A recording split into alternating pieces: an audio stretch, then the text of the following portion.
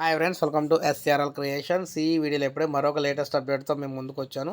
So దానికి సంబంధించిన పూర్తి వివరాలు అయితే చూద్దాం. మనం టాపిక్లోకి వెళ్ళిపోదాం. సో మీరు చూసుకున్నట్లయితే ఇప్పుడే ఘోర ప్రమాదం అయితే సంభవించింది.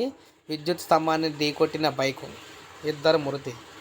అతివేగంగా వచ్చి విద్యుత్ స్తంభాన్ని బైకు ఢీకొట్టిన ఘటనలో ఇద్దరు మృతి చెందారనమాట. అయితే ఈ సంఘటన హయత్ నగర్లో చోటు చేసుకుంది. వివరాలు ఎలా ఉన్నాయన్నమాట. నగర శివార్లోని హయత్ నగర్ మండలం మామూల వద్ద అయితే బైక్ అదుపు తప్పి విద్యుత్ స్తంభాన్ని ఢీకొట్టడంతో మోటార్ సైకిల్పై వెళ్తున్న ఇద్దరు దుర్మరణం చెందారు. సమాచారం అందుకున్న పోలీసులు ఘటనా స్థలానికి చేరుకున్నారన్నమాట. ప్రమాదం గల కారణాలపై కూడా ఆరా తీశారు.